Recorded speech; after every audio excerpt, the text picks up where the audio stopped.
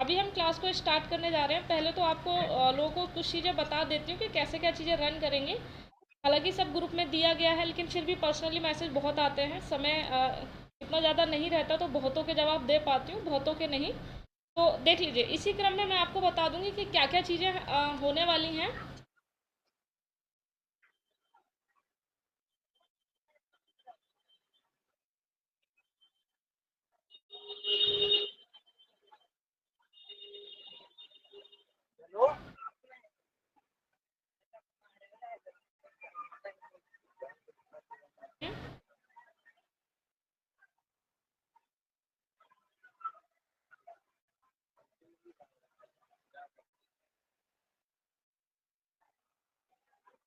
अब अवधेश यादव जी, आपका भी शायद माइक खुला हुआ है। चलिए हम बता देते हैं कि हम क्या क्या करने जा रहे हैं। बाकी जिनको जो क्लास नहीं ले पाएंगे उनके लिए रिकॉर्डेड फॉर्म में पहुंच जाएगी, उसके लिए निश्चिंत रहें। सबसे पहले आपकी जो 3 फाउंडेशन क्लास होंगे।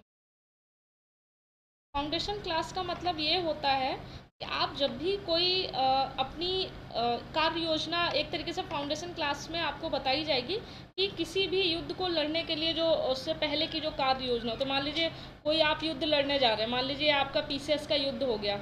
अब इससे पहले की जितनी भी प्रोसेस है, आप एकदम से तो युद्ध में नहीं कूद जाएंगे। मान लीजिए आप हैं, आपको युद्ध में कूदाने से पहले आपको कुछ बेसिक चीज़ें समझाई जाएंगी, है ना। तो बिना बेसिक चीज़ों के आप ये युद्ध में कूदना आपका सफल नहीं रहेगा।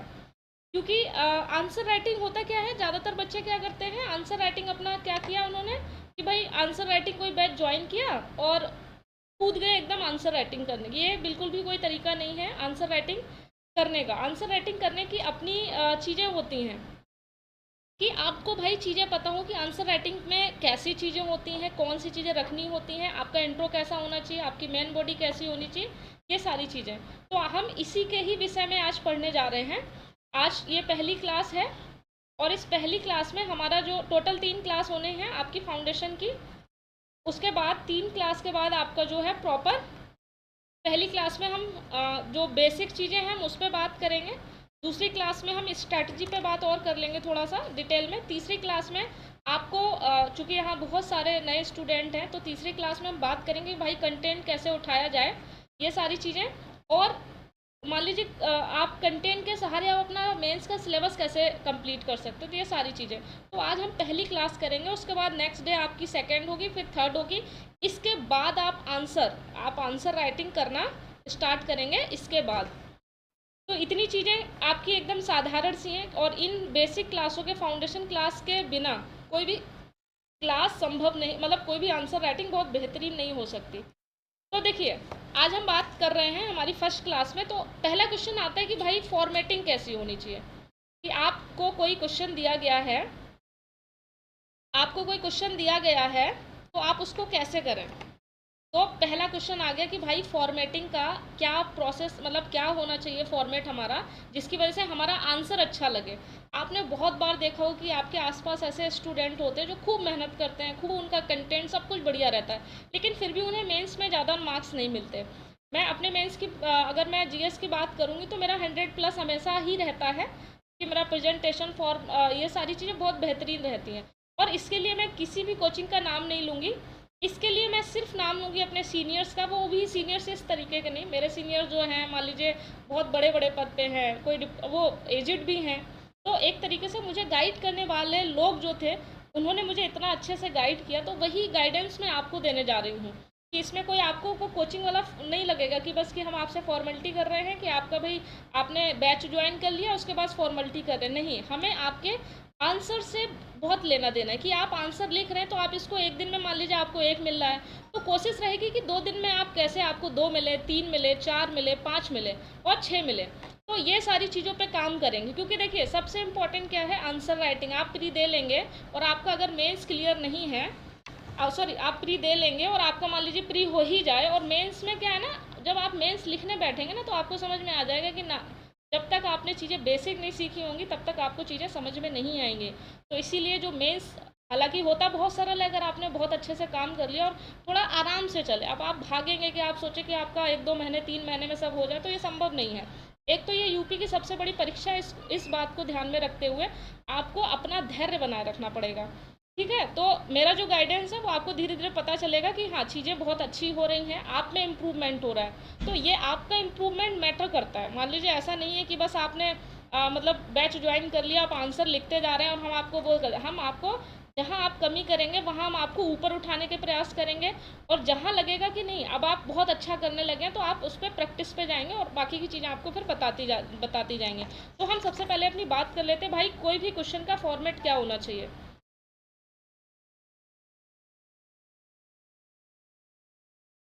तो देखिए कोई भी क्वेश्चन का जो फॉर्मेट है, एक सेकंड जरा रुकिए।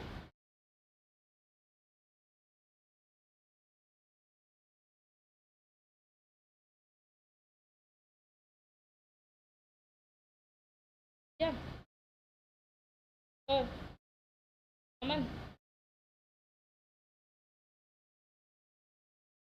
को अपना इंट्रो नहीं मिल रहा है, इंट्रो तो क्लास नहीं मिल रही।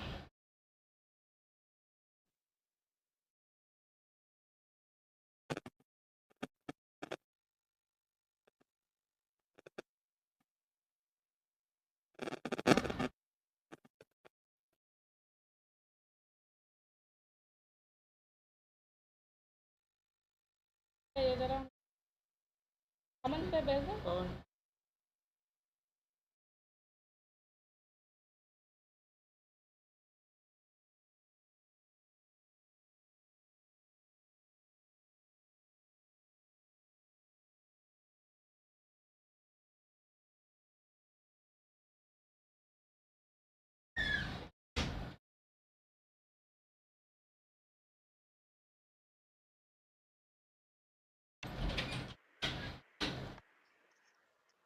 आवाज़ आ रही है अभी? कुछ लोग मैसेज कर रहे हैं कि आवाज़ नहीं आ रही है। आ रही है तो एक बार मैसेज कर देंगे, थम्स अप कर देंगे, मुझे आइडिया लग जाएगा।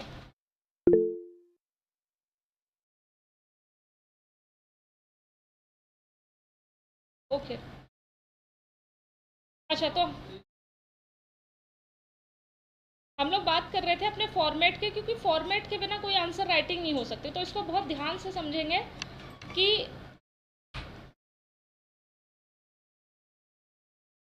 आपको स्क्रीन शेयर हो रही है शायद।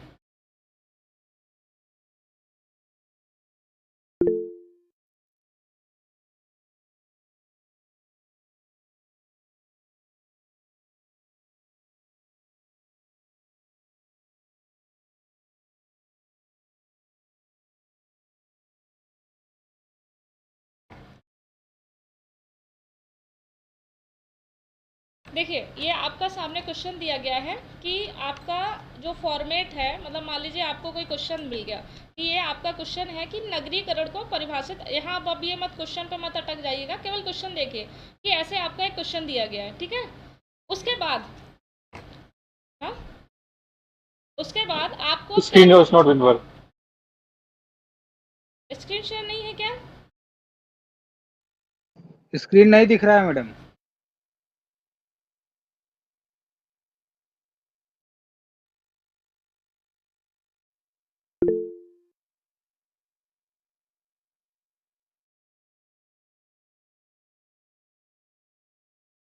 अभी दिख रही है स्क्रीन? हाँ दिख रहा है। ठीक ठीक।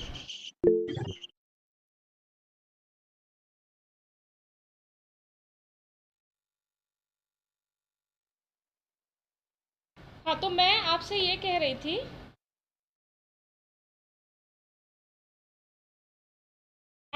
आप सामने क्वेश्चन देख रहे हैं, अभी आपके जो क्वेश्चन दिख रहा है कि नगरीकरण की समस्या को, मतलब नगरीकरण को परिभाषित करते हुए उत्पन्न समस्या का वर्णन कीजिए। तो देखिए अभी यहाँ तो आप प्रश्न भूल जाइए, केवल ये समझिए कोई भी प्रश्न होगा। तो जो सबसे इम्पोर्टेंट है आपका जो आप ये इधर जो कॉपी देख रहे हैं, आप ये जो इधर कॉपी देख रहे हैं, इसे आपका पूरा प्रेजेंटेशन है, ये जो है वो मेन बॉडी धीरे धीरे मैं कर रही हूँ, उसके बाद ये कंक्लूजन तक जाएगा, है ना। पूरा फॉर्मेट ऐसे ही रहेगा आपका। सबसे पहले आपका जो इंट्रो है वो यहाँ से शुरू नहीं होगा, आप अपना इंट्रो यहाँ से शुरू कतई नहीं करेंगे, ये जगह छोड़ेंगे, ठीक है। इतनी बात क्लियर हो जानी चाहिए। आप अपना इंट्रो यहाँ से शुरू करेंगे, वो एक प्रेजेंटेशन का एक तरीका होता है। इन प्रेजेंटेशन पे बेहतर तरीके से काम करेंगे। आप अपना इंट्रो यहाँ से शुरू करेंगे और कोशिश करेंगे आपका 2 और 3 लाइन से ज़्यादा इंट्रो होना ही नहीं चाहिए। अब बहुतों के सवाल मन में आ रहे होंगे कि 2 और 3 लाइन, हमारा तो 4-4 5-5 लाइन चला जाता है। तो याद रखिएगा, इसको छोटा करने में आपको प्रैक्टिस करेंगे तब वो छोटा होगा। ठीक है, तो आपका जो इंट्रो है वो 2-3 लाइन से ज़्यादा होगा ही नहीं, इसको गांठ बांध लेना। जहां आपका इंट्रो गया आप 4-5 लाइन, वो एकदम से वो कॉपी जो होती है ना, वो प्रेजेंटेशन खराब कर देती है। प्रेजेंटेशन अभी आपको है ना, दूसरी क्लास में आपको मैं प्रॉपर कॉपी दिखाऊंगी कि देखिए प्रेजेंटेशन कितना अच्छा जाता है। इस बात को मैं बता रही हूँ। तो आपकी जो इंट्रो है वो सबसे पहले तो यहाँ से शुरू होगा। दूसरा 2 और 3 लाइनों से, 2.5 लाइन 3 हो जाए हम कहते हैं, इससे ज़्यादा नहीं जाएगा। क्योंकि वहाँ और ये इस लाइन का विशेष ध्यान रखेंगे, ये वाला स्पेस आप हमेशा छोड़ के चलेंगे। मतलब ऐसा नहीं कि आप यहीं से एकदम चिपका के लिखने लगे, ये सब चीज़ें नहीं करेंगे। आपकी जो मेन बॉडी होगी उसमें ये जगह रहनी चाहिए। ठीक है, इतनी बात समझ में आ रही है कि नहीं आ रही है आप लोगों को?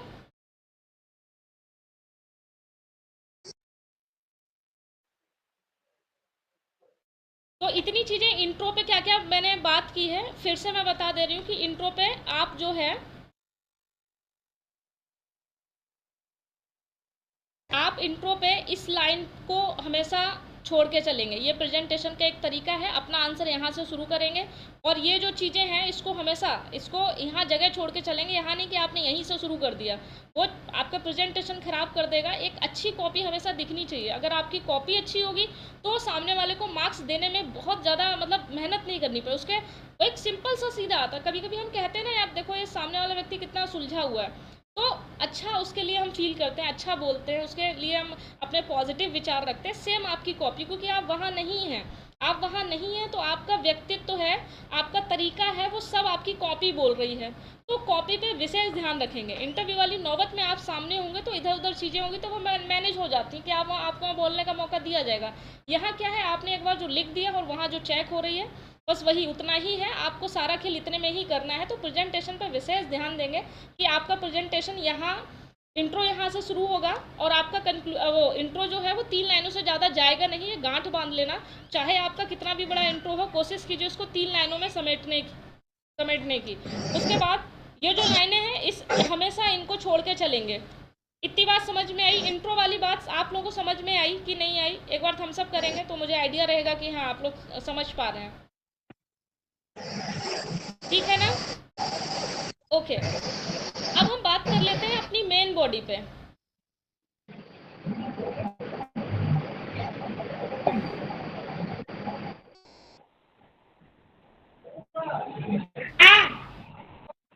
आप लोग अपना माइक ऑफ रख लिया करें। क्या इंट्रो पे हमने सब समझ लिया? अब हम बात करते हैं अपनी मेन बॉडी पे। देखिए मेन बॉडी सबसे इम्पॉर्टेंट होती है और मेन बॉडी का एक अपना तरीका होता है। सपोज कीजिए ये आपकी पूरा, आपको जब 8 नंबर का क्वेश्चन होगा, अभी हम छोटे क्वेश्चन लेंगे उसके बाद बड़े लेंगे, क्योंकि पहले सीख लीजिए, उसके बाद क्वेश्चन तो लिखे जा सकते हैं, चाहे वो छोटा हो चाहे बड़ा, पहले लिखना सीख लेंगे। तो मेन बॉडी जो आपकी रहेगी वो हमेशा हमेशा मेन बॉडी बहुत कुछ बोलती है। मेन बॉडी हमेशा दिखनी चाहिए।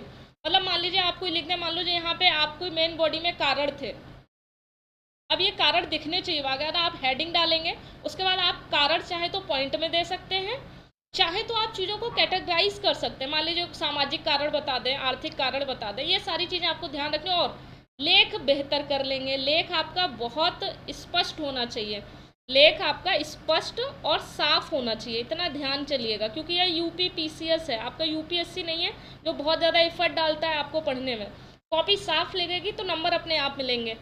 और आपकी कॉपी खराब होगी, प्रेजेंटेशन खराब होगा, तो याद रखिएगा आप कितना भी अच्छा क्यों ना लिखें, वो आपको 2-3 नंबर में समेट के रख देगा।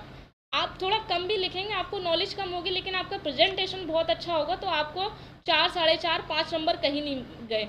4 और 5 के बीच आपके सबसे अच्छे मार्क्स होते हैं। आपको पता है कि आप पीसीएस में एग्जाम में अगर आप 50%, 60% नंबर लेके आ रहे हैं तो आप टॉप की श्रेणी में होते हैं, टॉप 10 में रहते हैं, है ना? तो बस इन सारी चीज़ों पर बेहद विशेष रूप से ध्यान रखेंगे आप कि आपकी जो मेन बॉडी है, आपकी जो मेन बॉडी है वो आपकी प्रॉपर इस वे में रहेगी। देखिए आप देख रहे होंगे मैं नीचे करती जा रही हूँ। उसके बाद जब आपका क्वेश्चन खत्म हो जाएगा, अब मेन बॉडी में जैसे मान लीजिए मेन बॉडी में आपको आप ना डायग्राम से कुछ चीज़ें दिखानी, तो हमेशा डायग्राम को, आपका जो भी डायग्राम होगा, जो भी फिगर होगा, आप हमेशा उसे बॉक्स में बंद करेंगे। इस बात को गांठ बांध लेना। आज मैं जो भी समझा रही हूँ इन सारी चीज़ों को गांठ बांध के समझ लेना। आंसर राइटिंग इनके बिना बेहतर हो ही नहीं सकती, आपको कितना भी ज्ञान क्यों ना हो। अगर आपने इन सारी चीज़ों पे काम नहीं किया तो कोई मतलब नहीं है, आपके जो मार्क्स हैं वो नहीं बढ़ेंगे। आपको लगेगा हम इतनी मेहनत कर रहे हैं। बहुत सारे ऐसे स्टूडेंट क्या ऐसे हमारे वो समझ सकते हैं साथी, उन सबको मैं बहुत समझाती हूँ, तब उन वो कहते हैं कि नहीं आप इस बात से मैं बिल्कुल सहमत हूँ। और आज वो इस प्रेजेंटेशन पे काम कर रहे हैं। जो बहुत गंदी आदत होती है ना, ज़्यादा के चक्कर में मत पड़ना। ज़्यादा का इन द सेंस कि बहुत भागने की कोशिश मत करो। रास्ते एकदम क्लियर है। यूपीएससी ने भाई आपको अपना सिलेबस दे रखा है, आप अपने सिलेबस को फॉलो कीजिए। उसके बाद क्या करेंगे, सिलेबस फॉलो करने के बाद आप टू द पॉइंट चीज़ें पढ़िए, टू द पॉइंट चीज़ें प्रेजेंट कीजिए कि भाई आपको भी तो, आप भी तो कहते हैं ना। देखिए कॉपी आपकी सेम वही है जैसा आप चाहते हैं, जैसा दूसरों से आप एक्सपेक्टेशन करते हैं, आप भी उनकी एक्सपेक्टेशन का ध्यान रखें। आपकी कॉपी एकदम सामान्य तरीके से बोले, बहुत बुकिश लैंग्वेज ना हो कि हाँ लग रहा है कि आपने कॉपी पेस्ट किया। सामान्य पॉइंट, जब आप तीसरी क्लास करेंगे ना तो आपको समझ में आ जाएगा कि हाँ ये बात होनी चाहिए कॉपी में। आप जब मेरी कॉपी देखेंगे, मेरी कॉपी में आपको बुकिश लैंग्वेज कतई नहीं मिलेगी, मिलेगी भी तो 10-20-30%, इससे ज़्यादा नहीं। मेरे सारे टॉपिक्स, मेरे सारे जितने भी क्वेश्चन होते हैं वो मेरी समझ के होते हैं। तो इस बात पे बहुत कि भाई पढ़ने से ज़्यादा आप अपने क्वेश्चन पे चिंतन मनन करना सीख लें। ठीक है, तो ये सारी चीज़ें खैर चलिए हम तीसरे क्लास में बात करेंगे कंटेंट पे। आज बस इंट्रो कंक्लूज वो मेन बॉडी जो है, मेन बॉडी में आप अपने कोई भी डायग्राम होंगे इनको स्पष्ट रखेंगे, मतलब बॉक्स में बंद करेंगे। अब ये नहीं कि आपने यहाँ मान लो कारण बताया, तो ये नहीं कि आप ऐसे ऐसे कर रहे हैं। अपना प्रेजेंटेशन साफ रखें। आप यहाँ पे भी बता सकते हैं कि अच्छा ये कारण है, आप अच्छे से एकदम कि आपको लगे आपने ऐसे मान लीजिए बता दिया। उसके बाद आप प्रॉपर इसको बॉक्स में बंद करें। बहुत से क्या करते हैं, कुछ और भी कलाकारी लोग कर लेते हैं, हम उस कलाकारी पे भी बात कर लेते हैं। एक सेकंड रुकिए जरा, मैं इसको अरेंज कर।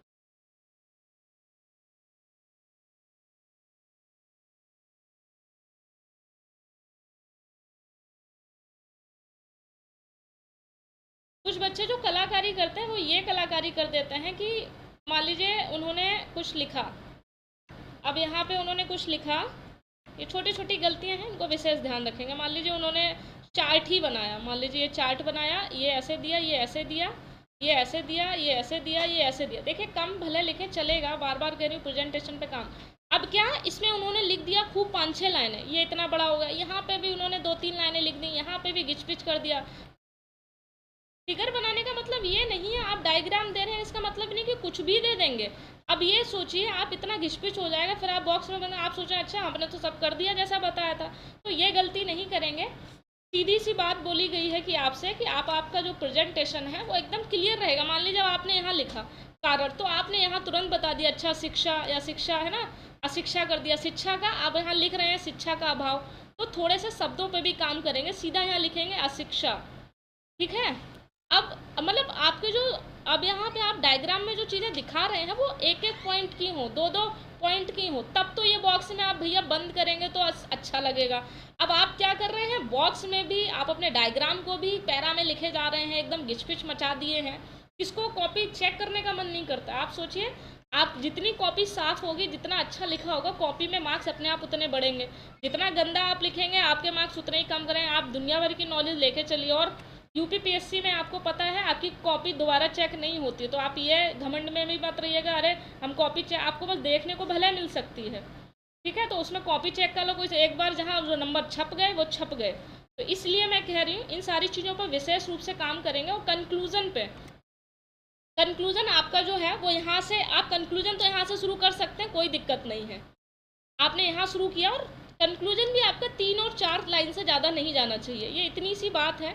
ये पूरा फॉर्मेट रहेगा आपका, इस फॉर्मेट से आप कतई इधर उधर नहीं होंगे कि भाई आपको मैंने इंट्रो पे बात कर ली, आपको मैंने बता दिया कि मेन बॉडी में कहाँ कैसे चीज़ें रिप्रेजेंट करते हैं, ये सारी चीज़ों कौन सी गलतियाँ नहीं करनी है ना। बार बार बताइए, आपने देख रहे होंगे कि मैंने ये सारी जगह छोड़ के लिखा है। आप मेरी जब कॉपी भी देखेंगे तो अक्सर यहाँ पे जगह छूटी मिलती है, तो वो प्रेजेंटेशन अच्छा बना रहता है। ये छोटी छोटी चीज़ें हैं जो नहीं कोई बताता है जनरली, क्योंकि आयोग से भी 1-2 लोग बहुत जानकारी वाले लोग थे, उन्होंने भी मुझे इन सारी चीज़ों पे बहुत अच्छे से गाइड किया है। तो वही चीज़ें मैं आपको बस डिलीवर कर रही हूँ। तो इस मैटर में मैं आपसे बस इतना हूँ, ये छोटी छोटी चीज़ों पर विशेष ध्यान रखें। कंक्लूजन पे भी हमने बात कर ली, अब हम एक इम्पॉर्टेंट टॉपिक पे और बात कर लेते हैं। वो बात है आप पेन। आप सबसे पहले तो डॉट पेन अगर यूज़ कर रहे हो तो डॉट पेन कतई यूज़ नहीं करेंगे। आपकी जो कॉपी है वो बहुत गंदा प्रेजेंट जाता है, बहुत हल्की लगती है। कॉपी थोड़ी सी भरी भरी लगनी चाहिए, तो इसके लिए आप ट्राइमैक्स पेन एक आता है जेल, आप उसको यूज़ करेंगे। ज़्यादातर बच्चे 80% बच्चे इसी पेन को यूज़ करते हैं, और ये जेल पेन है, ये भी मैं बता दूं।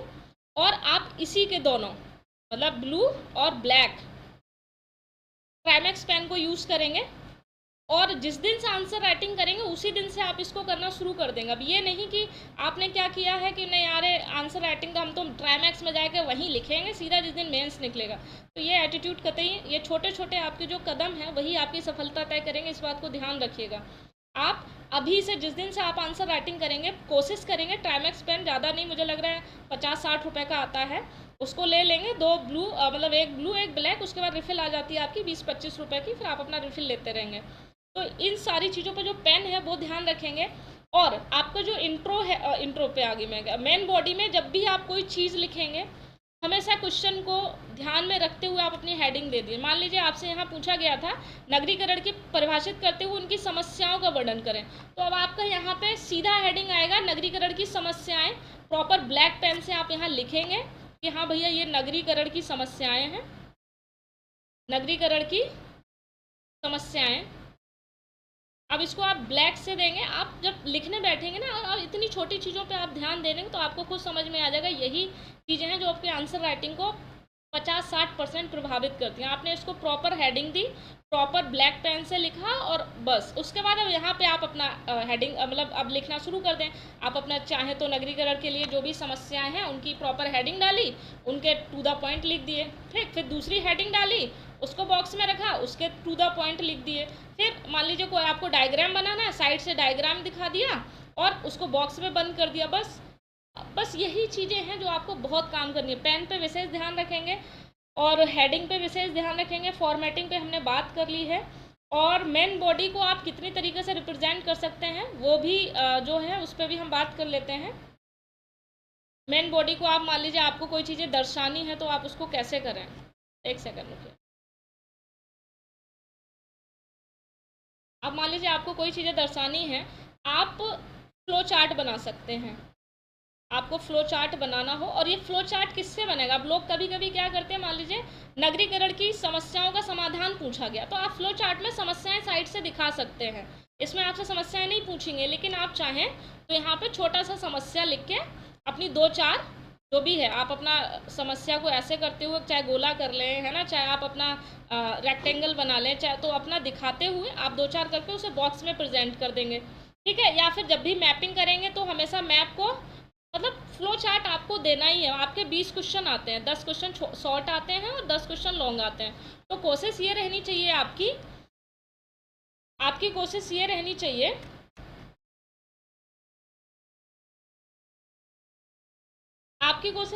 चाहिए कि आपके जो फ्लो चार्ट हैं, जैसे मान लीजिए आपसे ज्योग्राफी में 6 टॉपिक रहते हैं फर्स्ट पेपर में, तो आप ज्योग्राफी में मैप देंगे ही देंगे, ये तय कर लेना। कुछ चीज़ें आपके दिमाग को मैसेज दे दो कि ये तो करनी ही है चाहे कुछ हो जाए, तो आप जहाँ मैप डाल सकते हैं वहाँ ज़रूर मैप डालेंगे। ज्योग्राफी होता है जहाँ मैप डाल सकते हैं, जहाँ आपको लगता है कि नहीं यहाँ पे फ्लो चार्ट बना के समझाया जा सकता है वहाँ फ्लो चार्ट बना देंगे। और चीज़ें हमेशा फ्लो चार्ट हो चाहे मैप हो हमेशा बॉक्स में करेंगे, और जब भी आपकी मेन बॉडी होगी उसको पॉइंट में लिखेंगे। ये इतनी चीज़ें हैं जिन पर बात करना ज़रूरी है। और सबसे बड़ी बात, आप जब भी कुछ चीज़ें लिखेंगे, मेन बॉडी हो चाहे आपका इंट्रो हो कुछ भी हो, इन चीज़ों पे आप अंडरलाइन करेंगे। जितने भी इंपॉर्टेंट चीज़ें होंगी उस पर आप अंडरलाइन करना कंपलसरी है। आप ये नहीं कि आप बस लिखते चले जा रहे हैं, तो ये नहीं करना है। कुछ बच्चे क्या होते हैं कि अपना राइटिंग अपना लिखना शुरू किया, मान लीजिए यहाँ लिख दिया, बस आगे बढ़ गए। अरे भैया लाइन भी करनी है, ये लाइन भी करनी है, ठीक है। इस ऊपर की भी लाइन करनी है, और आपका कोई कीवर्ड है, मान लीजिए आपने सरकार की योजनाएं बताते हुए आपने कुछ लिखा, तो आप सरकार की योजनाएं पे अंडरलाइन करेंगे। इस बात को बहुत ध्यान से मतलब ध्यान रखेंगे इस बात का। आपको पर डे एक क्वेश्चन दिया जाएगा, उसका आपको पर डे मतलब खूब चिंतन मनन करना। आपको एक क्वेश्चन लिखने में आपको समझ में आ जाएगी कि आप कितने मतलब आपको कितनी मेहनत करने की ज़रूरत है।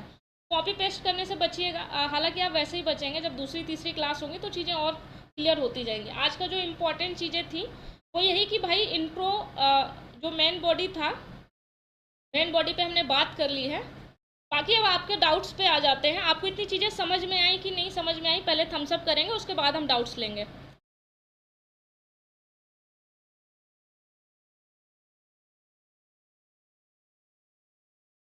मतलब आंसर राइटिंग शुरू करने से पहले ये बेसिक चीज़ें हैं, इनके बिना आंसर राइटिंग शुरू ही नहीं हो सकती। और जहाँ आपने ये चीज़ें सीख ली, उसके बाद आपको लगेगा कि आंसर लिखना बड़ा आसान है। ये यूपी पीसीएस का जो हवा है बेमतलब का, वो हवा नहीं रहेगा, इतना तो तय है।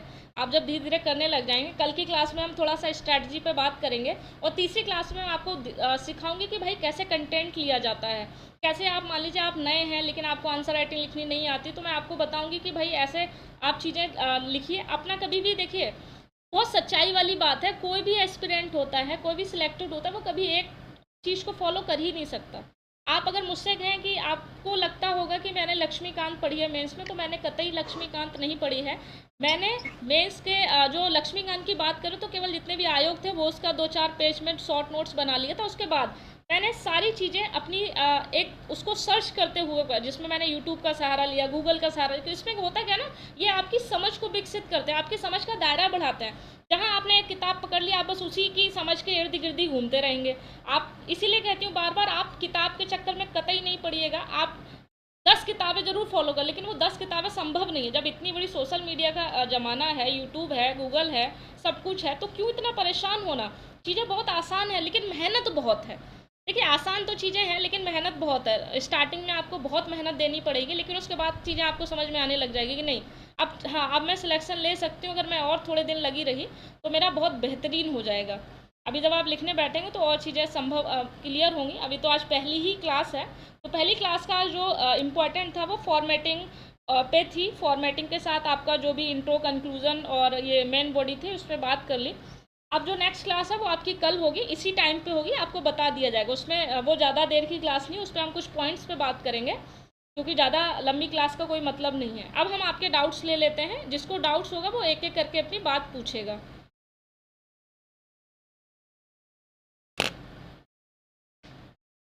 किसी के कोई डाउट्स हैं तो बोलेगा, मैम मैं सुन आवाज आ रही हूँ।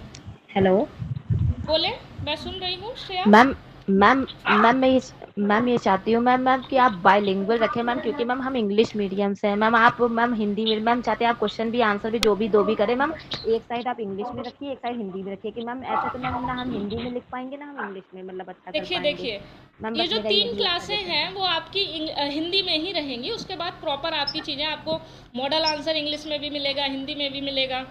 जहाँ मैं गाइड करूँगी पर्सनली, वहाँ मैं आपको पर्सनली कॉल करके भी पूछूंगी भाई कैसी चल रही हैं चीज़ें। ठीक है, तो उस चीज़ के लिए निश्चिंत रहें। ठीक आज की ठीक है क्लास मैम, में जो डाउट्स हैं आप उस पर बात थैंक करें। मैम। पेन का मैम आपने जो बताया था मैम, वो आवाज़ कट गई थी आपकी मैम, कुछ नेटवर्क इशू की वजह से। आपने कौन से पेन का नाम बताया था? ट्राईमैक्स पेन ले लेंगे। मैं अभी बाकी एक बार और रिकॉर्डिंग क्लास देख लेंगे तो और चीज़ें क्लियर हो मैम जाएंगी। टेलीग्राम पर भेज दीजिएगा। हाँ हाँ, मैं सब भेज दूंगी जनाब। और हम किसी को टेलीग्राम पर पेन भेज दीजिएगा। भेज दूंगी, निश्चिंत रहें। बोलें, और किसी के कोई डाउट्स बोलें। बोलना, यहाँ अपनी चीज़ें डाउट क्लियर करें, क्योंकि क्लियर नहीं करेंगे तब आंसर राइटिंग में मज़ा नहीं आएगा। दोनों तरफ से चीज़ें एकदम बेहतरीन होनी चाहिए। और एक बात आज से गांठ बांध लीजिएगा, आज से आप अपनी कमर कस लीजिए, बहुत मेहनत करनी है। क्योंकि आप बहुत बड़ी परीक्षा की तैयारी करने जा रहे हैं, बहुत हेलो सिंसियर। हाँ बोलें, इशू बोलें, मैं सुन रही हूँ। मैम जैसे कि आपने बोला कि जेल पेन क्या कंपलसरी है क्या आंसर राइटिंग के लिए, वही पेन यूज कर सकते हैं क्या? देखिए, जेल पेन से आपकी जो आंसर होती है, जो कॉपी आप प्रेजेंट कर रहे होते हैं, वो भारी लगती है, अच्छा प्रेजेंट आता है। आप जब डॉट पेन यूज करते हैं तो डॉट पेन में आपकी कॉपी बहुत हल्की लगती है, वो मज़ा नहीं आता है। अगर आपको लगता है आप जी इतना बड़ा ओके। रिस्क ले सकती हैं तो जरूर लें। मैम हेलो मैम, मेरा बोले बोले बोले।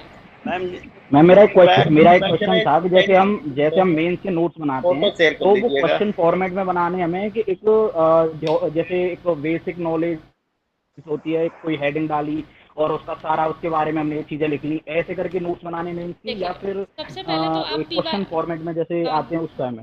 देखिए आयोग 2-3 चीज़ें पूछता है, वो बिल्कुल सामान्य पूछता है। एक क्या पूछ लिया उसने भाई, किसी भी चीज़ें हैं ये है क्या, या फिर इसकी समस्या क्या है, इसकी समस्या चुनौती क्या है, क्या कारण है और इसके क्या समाधान है आपके स्तर पर और सरकार के स्तर पर क्या कदम हो रहे हैं। यही चीज़ें होती हैं, आप इसका टू द पॉइंट नोट्स बना सकते हैं। और सबसे बड़ी बात, जब आप यहाँ पे आपके PYQ भी उठाए जाएंगे तो आपका इससे भी सिलेबस काफ़ी कुछ 70% तक कवर होगा।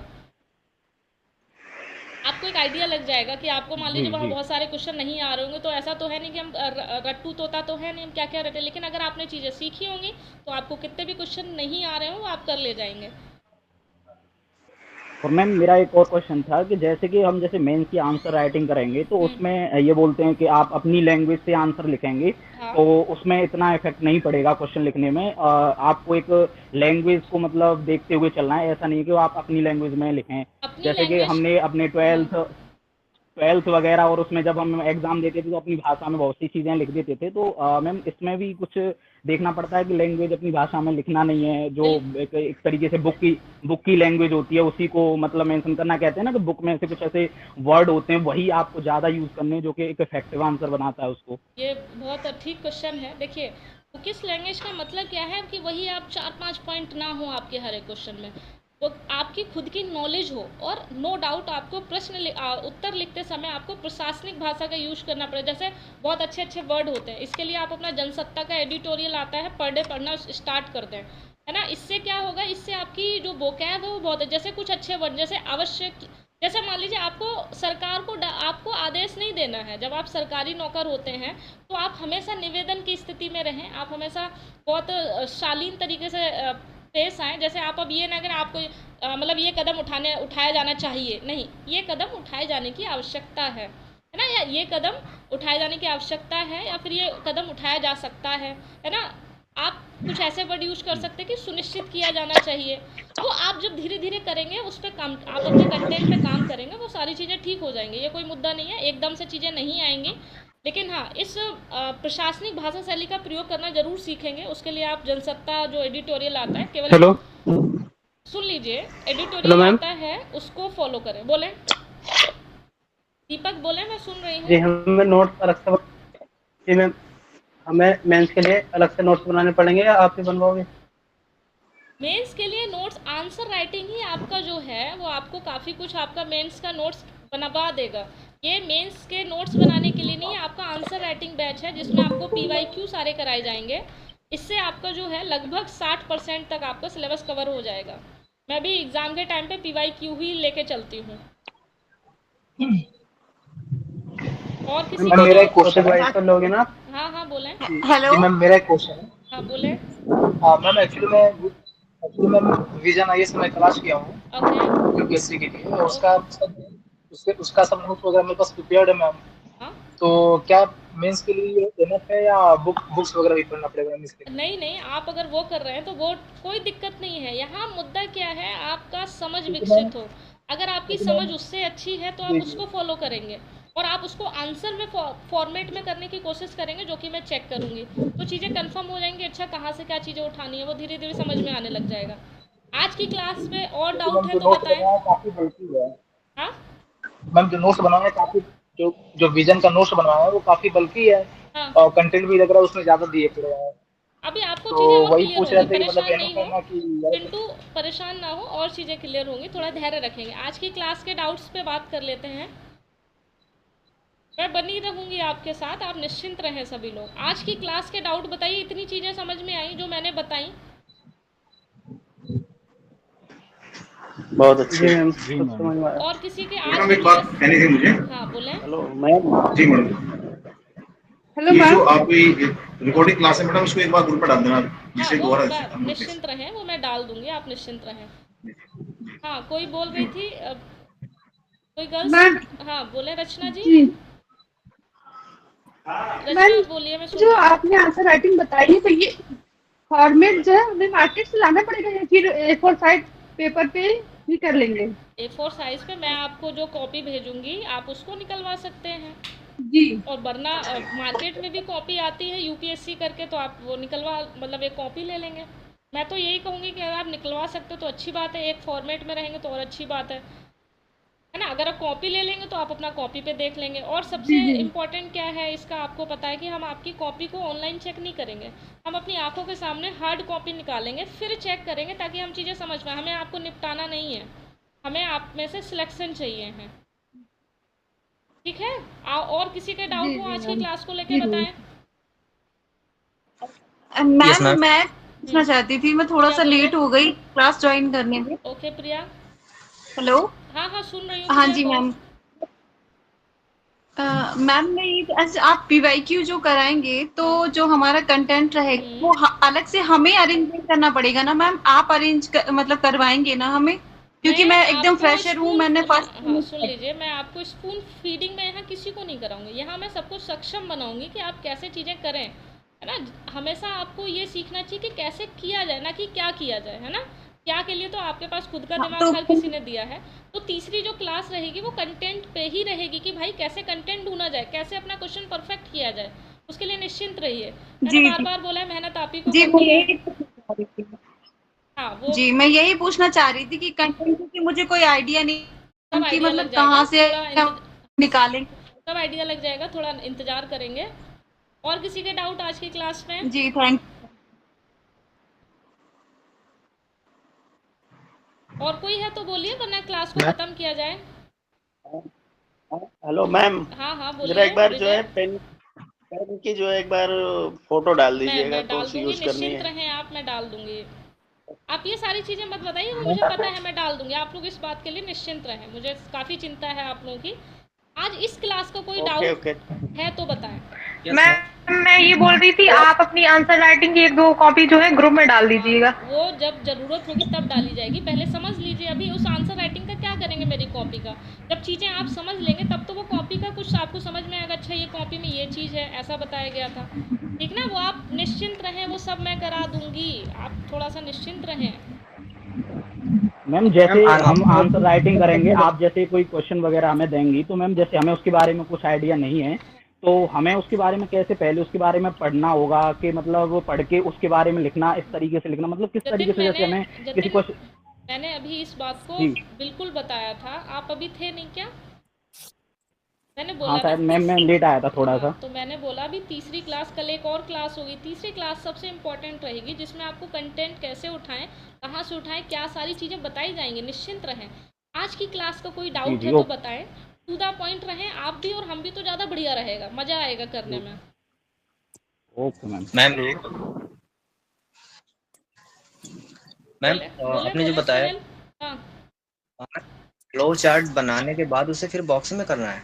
हमेशा आप फ्लो चार्ट बनाएंगे तो बॉक्स में करेंगे। अब आप पता चला आपका मैप है, मैप को बॉक्स में कीजिए। फ्लो चार्ट है, हमेशा फ्लो चार्ट छोटा होना चाहिए। छोटा का मतलब ये नहीं कि आप मतलब इतना भी छोटा नहीं कि दिखे ना, मतलब साफ रहे, प्रेजेंट रहे, वो आपको दिखाई जाएंगे 1-2 कॉपी तो आपको समझ में आ जाएगा, ठीक है। Okay ma'am. मैम जो आप कह रही थी कि आंसर राइटिंग का फॉर्मेट हम भेज देंगे, तो मैम अगर आप भेज दें तो एक साथ निकलवा के हम लोग रख लेंगे, फिर करते रहेंगे। अभी पहले 3 क्लास ले लीजिए, अभी बहुत सी चीज़ें क्लियर होनी बाकी हैं। निश्चिंत रहिए, एकदम से बड़बड़ाना नहीं है, बहुत आराम से चलना है, मैं हूँ अभी। मैम इतने दिन में सक्षम बन जाएंगे। हाँ सक्षम बनिए, आत्मनिर्भर बनिए, कहाँ कॉपी पेस्ट वाला सिस्टम छोड़िए। आयोग की इतनी बड़ी परीक्षा है, कल को आप सिलेक्ट हो जाएंगे तो आप समाधान किसी और से पूछेंगे या गूगल पे सर्च करेंगे कि फलाना दंगा हो गया, क्या कदम उठाए जाएं। अरे भाई हम खुद अपने आप को इतना कैपेबल बनाएंगे कि हमें किसी की ज़रूरत नहीं पड़ेगी एक समय के बाद, ठीक है ना। चलिए फिर आज को क्लास को यहीं ख़त्म करते हैं, कल हम अपनी क्लास में मिलेंगे। बाकी आशा करती हूँ क्लास आपको अच्छी लगी होगी, बेसिक चीज़ें आपको बहुत बेहतरीन से बताई गई होंगी। आप एक बार चाहेंगे तो आप मैसेज करके भी मुझे बता सकते हैं, या इधर भी बता सकते हैं कि आज की क्लास आपको समझ में आई, सारी चीज़ें ठीक लगी। हेलो हाँ रंजीत कहें। मैम, वो इंट्रो जो आपने बताया 2-3 लाइन का होना चाहिए मैम, इससे ज्यादा अगर हो जाए तो क्या प्रॉब्लम आपकी कॉपी होगी? ख़राब लगेगी, मैं तो समझ ओरिजिनल इससे ओरिजिनल कॉपी में कि स्पेस कितना रहता है मैम वो, अगर दो ये तीन लाइन से ज्यादा हो जाए? कॉपी ख़राब लगेगी। अब मान लीजिए किसी का इंट्रो जो राइटिंग आपने बहुत बताया दो बड़ा तीन है, लाइन मान लीजिए किसी का राइटिंग अच्छा बड़ा अच्छा है तो 3 से 3.5 हो जाए। जी जी अब जिनका राइटिंग छोटा है वो कोशिश करें कि भाई 2-2.5 जी जी लाइनों में निपटा दें, ठीक है। हाँ मैम, इतने कंक्लूजन भी इतना ही होना चाहिए लगभग। कंक्लूजन थोड़ा बड़ा कर सकते हैं क्योंकि उसमें हम सरकार के प्रयास दिखाते हैं तो चार अच्छा, तक उसको बड़ा चलेगा। करना। तो अभी हम इस पे बात कर लेंगे, आपको सारी चीज़ें जी जी, दिखाएंगे, ठीक ऐसा नहीं ठीक है है कि सब मैम, हवा पे ठीक। रहेंगी, ठीक है। Thank you ma'am. तो आज की क्लास को ठीक ख़त्म है किया मैम, जाए।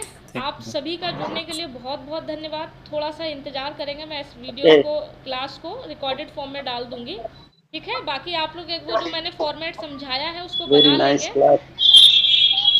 बहुत बहुत धन्यवाद आपका।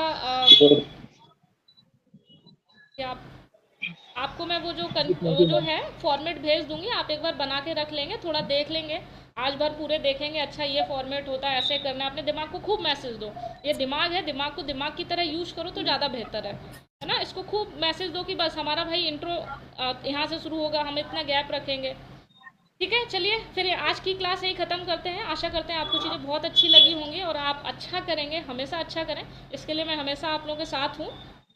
और बाकी चलिए अब यहाँ क्लास ख़त्म करते हैं, कल हम अपने इसी समय पे मिलेंगे, ठीक है। थैंक यू सो मच हमसे जुड़ने के लिए, थैंक यू सो मच। ठीक है, thank you so much.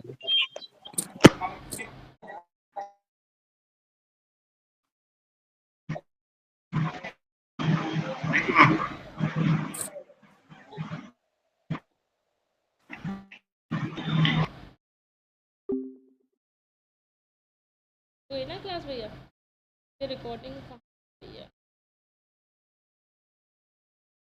Okay.